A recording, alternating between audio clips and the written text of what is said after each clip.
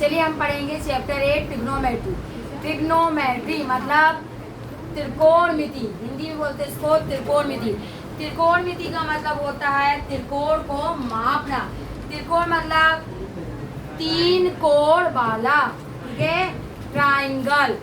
तो हम क्या पढ़ेंगे, ट्रिग्नोमेट्री पढ़ेंगे मतलब त्रिकोणमिति मतलब तीन कोणों को मापेंगे, मतलब ट्राइंगल को क्या होता है मापना, ठीक है। अब हम क्या करेंगे, ट्रिग्नोमेट्री के अंतर्गत ट्रिग्नोमेट्री रेशियो पढ़ेंगे, जो कि तुम लोग पहले फर्स्ट टाइम पढ़ रहे हो। ट्रिग्नोमेट्री जो है तुम लोग फर्स्ट टाइम पढ़ रहे हैं। अब हम इधर लिसन मी ट्रिग्नोमेट्री के अंतर्गत हम पढ़ेंगे sine theta, cos theta, tan theta. Sine का अपोजिट होता है कॉसेक थीटा, कॉस थीटा का अपोजिट होता है सेक थीटा, कॉट थीटा, ये सब पढ़ेंगे, ठीक है। तो साइन थीटा, कॉस थीटा, ये सब क्या होता है वो बताएंगे। तो अच्छा एक बात और, साइन थीटा, कॉस थीटा, जितने भी हम ट्रिग्नोमेट्रिकल रेशियो है वो हमेशा वो किस में लगते हैं, केवल राइट एंगल ट्राइंगल में, ठीक है। राइट एंगल ट्राइंगल के लिए ही ये रेशियो माने होंगे, क्लियर। अब हम पढ़ेंगे तो देखो, पहले सबसे पहले मैं तुमको एक राइट एंगल ट्राइंगल बना के बताऊंगी। तो देखो राइट एंगल ट्राइंगल बनाएंगे हम सबसे पहले। राइट एंगल ट्राइंगल मतलब ऐसा ट्राइंगल जिसमें एक एंगल कितने डिग्री का होता है, 90 डिग्री का। ये हो गया हमारा राइट एंगल ट्राइंगल। नाम दे दिया इसको हमने ए बी सी। अब इसके बाद यहाँ पर हमको देखना है, इधर देखो, सबसे पहले ये होता है परपेंडिकुलर। ये क्या होता है, परपेंडिकुलर। ये कहलाता है आपका बेस, और ये होता है हाइपोटेन्यूज, ठीक है। ये होता है परपेंडिकुलर, ये होता है बेस, और ये होता है हमारा हाइपोटेन्यूज। हमेशा जो ट्रिग्नोमेट्रिकल रेशियो है, ट्रिग्नोमेट्री रेशियो है, वो केवल राइट एंगल ट्राइंगल में ही लगते हैं, उसके लिए ही लागू है, बाकी और अन्य ट्राइंगल के लिए नहीं होते हैं। अच्छा अब हम ट्रिग्नोमेट्री में पढ़ेंगे, फर्स्ट टाइम हम पढ़ रहे हैं sign theta, cos theta, tan theta. तो ये होते क्या है वो देखिए। चलिए देखो जरा, sine theta, sine theta equal होता है हमारा परपेंडिकुलर अपॉन हाइपोटेनियस। क्या होता है, हाइपोटेनियस।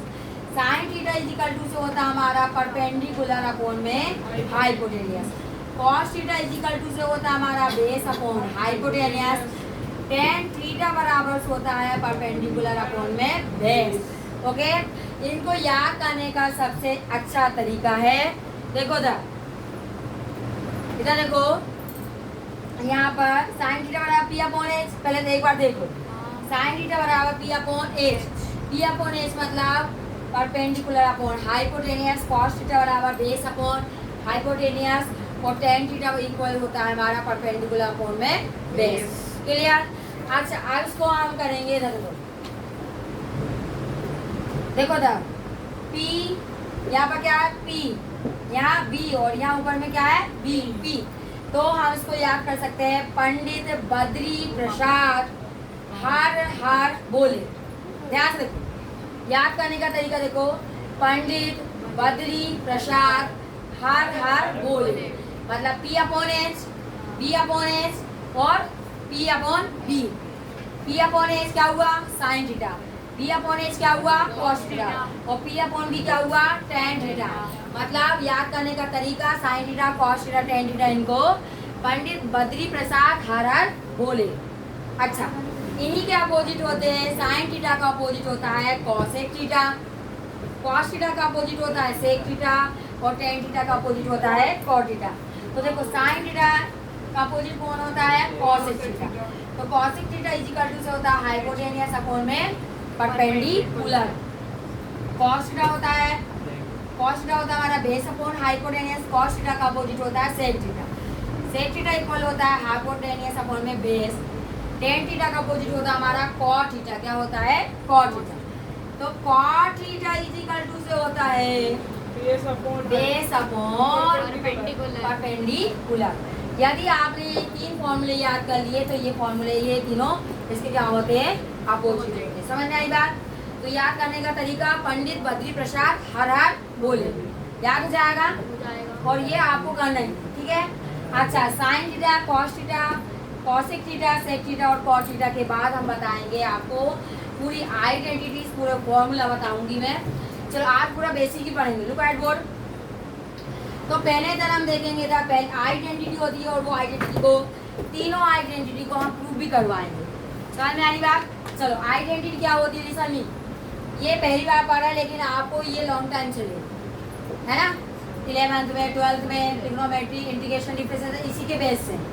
ठीक है, चलिए देखिए साइन स्क्वायर थीटा, ये आइडेंटिटी है। जैसे आप लोगों ने 7th क्लास में पढ़ी थी a प्लस बी का whole square equal a square plus b square plus 2ab, ठीक उसी प्रकार हम यहाँ पर पढ़ेंगे। क्या करेंगे अब यहाँ पर हम त्रिकोणमिति की आइडेंटिटी पढ़ेंगे। ठीक है, ट्रिग्नोमेट्री। ओके, तो पहली आइडेंटिटी है sine square theta plus cos square theta equal क्या होता है 1। इसको हम प्रूव भी करवाएंगे। Sine square theta plus cos square theta equal to से 1। अच्छा, इससे दो फॉर्मूले और बन जाएंगे। बताओ, sign square theta equal 1 plus cos square theta होता जाएगा तो minus cos square theta. Okay, cos square theta equal 1 minus sign square theta बन गए। ये पहली आइडेंटिटी से ये 3 फॉर्मूले हो गए, है ना, 1 2 3। ओके, और फॉर्मूले आपको सभी को याद करना कंपल्सरी। दूसरी identity 1 plus tan square theta equal होता है sec square theta.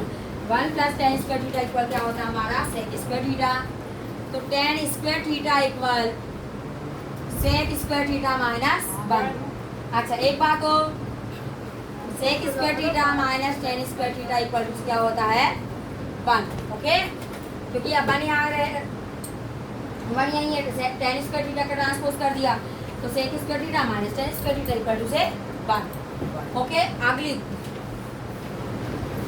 1 plus cot square theta equal होता है कॉसेक स्क्वायर थीटा।